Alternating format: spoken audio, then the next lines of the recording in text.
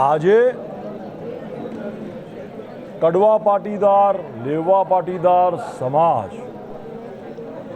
એટલો બધો વેપારી થઈ ગયો છે, એટલા બધા કરોડોપતિ થઈ ગયા છે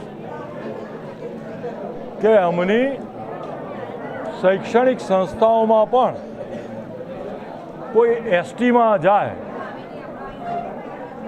એવો કોઈ કાર્યકર આજે અમની કોઈ કારોબારીમાં રહ્યો નથી.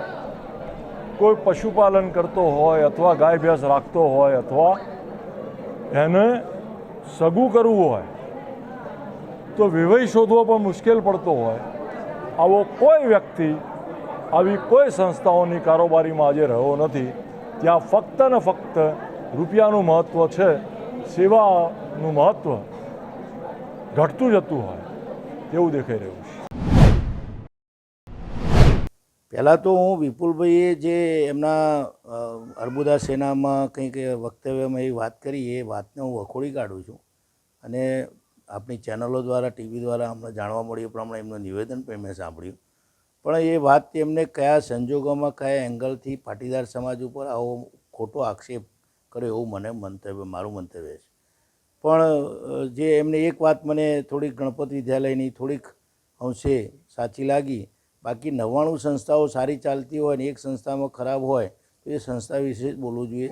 સમગ્ર પાટીદાર અને પાટીદારના દાતાઓ અને દાતાઓથી ઊભી થયેલી સંસ્થાઓમાં કોઈપણ પ્રકારની જાતિ જ્ઞાતિના વાદ વિવાદ સિવાય એ લોકોને સમાન શિક્ષણ, સમાન સંસ્કારો આપવાની પ્રવૃત્તિઓ હાલ ચાલે છે એવું હું માનું છું. ત્યાં સુધી વ્યક્તિગત જે સંસ્થાઓ છે ક્યાંક એવું હોઈ શકે, પણ જ્યાં સામાજિક સંસ્થાઓ જે સમાજના દાતાઓ દ્વારા ઊભી થઈ હોય તો આવું આ વાતને વાહિયાત છે. તમે આ વાતને વખોડી કાઢો છો? આ વાતને વખોડી કાઢું છું. માત્ર એમને જે થોડીક અંશે પાછળથી નિવેદન મેં સાંભળ્યું એમનું, કે મારું કહેવાનો એમનો આશય એવો હતો કે ભાઈ ગણપત વિદ્યાલય અનિલભાઈ પટેલ અને કેશુભાઈ શેઠના દ્વારા ઊભી થયેલી સંસ્થામાં આજે એમાં મોટા મોટા દાતાઓનું ક્યાંય સ્થાન નથી અને ગણપતભાઈએ માત્ર પોતાની ફેમિલીની સંસ્થા ઊભી કરી દીધી એવું એમનું મંતવ્ય વાત ઉપરથી લાગ્યું. એ જો એ સત્ય હોય તો એ વાત સાચી જ છે અને એ થવું ન જોઈએ. અન્ય સંસ્થાઓ કેવી રીતે ચાલે છે? અન્ય સંસ્થાઓને અમે જાણીએ છીએ ત્યાં સુધી અમે જે સંસ્થાઓમાં જોડાયેલા છીએ એ માત્ર પૈસાદાર સિવાયના લોકો પણ સેવા તરીકે એમાં ટ્રસ્ટીઓમાં જોડાયેલા છે. શિક્ષણ વિભાગમાં ક્યાંક જાણકારો લોકોને પણ આની જવાબદારી અપાતી હોય છે. માત્ર પૈસાદાર ઠેકેદાર થઈ જાય એવી વાત એમને જે મૂકી છે એ વાત ખોટી છે.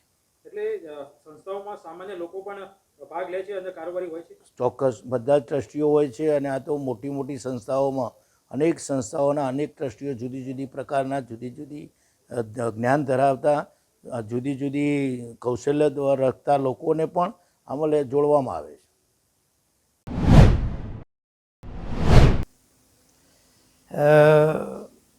પાટીદાર સંસ્થાઓ એકંદરે જોઈએ તો ઘણા વર્ષોથી સામાજિક સેવાકીય પ્રવૃત્તિઓ કરતી આવી છે. પાટીદારની અંદર જ એના જીન્સમાં, એના લોહીમાં, એના સંસ્કારમાં અને એના વારસામાં જ સેવાનો ગુણ સમાયેલો છે.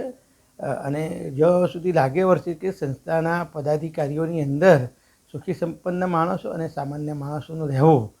જો ઉમિયા માતા સંસ્થાનને લાગે વર્ષે ત્યાં સુધી ઉમિયા માતા સંસ્થાન ઊંઝાની જે કારોબારી સભા બને છે એ કારોબારી સભા સમગ્ર ભારતની અંદર જુદા જુદા સેન્ટરોની અંદર કડવા પાટીદારો રહેતા હોય એને ધ્યાનમાં રાખે છે.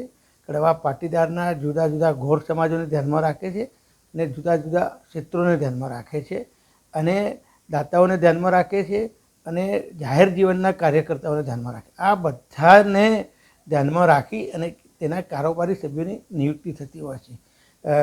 પદાધિકારીઓની, હોદ્દેદારોની વાત કરીએ તો મને કહેતો ગૌરવ છે કે અમારી સંસ્થાના ઉપપ્રમુખ માનનીય શ્રી ઘટોરભાઈ પટેલ એ કોઈ ઉદ્યોગપતિ નથી, એ કોઈ મોટા બિઝનેસમેન નથી.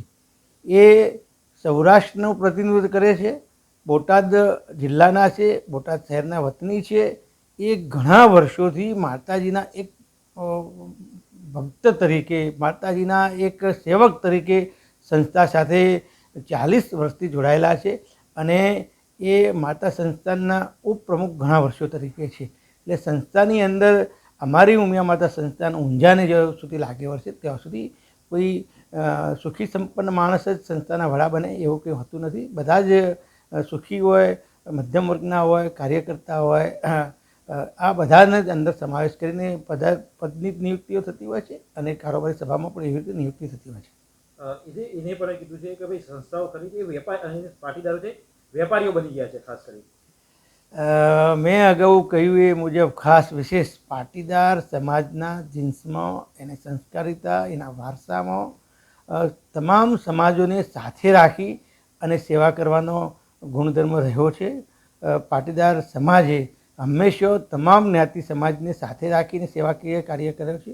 પાટીદાર સમાજની આખા ગુજરાતમાં મોટી મોટી ઘણી સંસ્થાઓ છે. ઉમિયા માતા સંસ્થાન ઊંઝા હોય કે અમારું સૌરાષ્ટ્રનું કડવા પાટીદારોનું ધામ એવું સિત્સરધામ હોય, કચ્છનું ધામ એવું અમારું વઢઈનું ધામ હોય કે સરદાર ધામ અમદાવાદની કાર્યાલય હોય કે વિશેષ કરીને જે સુરતની અંદર મોટું સામાજિક કામ કરેલી એવી અમારે સમસ્ત પાટીદાર સમાજ હોય.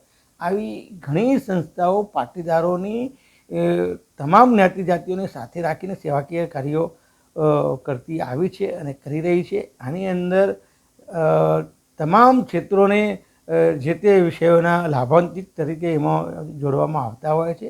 આમ પાટીદાર સમાજ હંમેશા આપતો આવ્યો છે. એના વહીવટની અંદર જોઈએ તો પણ હંમેશા દરેકને સાથે રાખીને કામ કરતો આવ્યો છે અને પાટીદાર સમાજ હંમેશા તમામ ક્ષેત્રેને લોકોને જોડી અને કામ કરતો આવ્યો છે. એ રીતે કામ કરે છે અને એની અંદર એમ કે ભાઈ સુખી સંપન્ન માણસો લોકો દાનથી જોડાતા હોય છે અને એમનું દાન દરેક નાનામાં નાના વર્ગ સુધી પહોંચે એવી રીતના વહીવટ થતો હોય છે.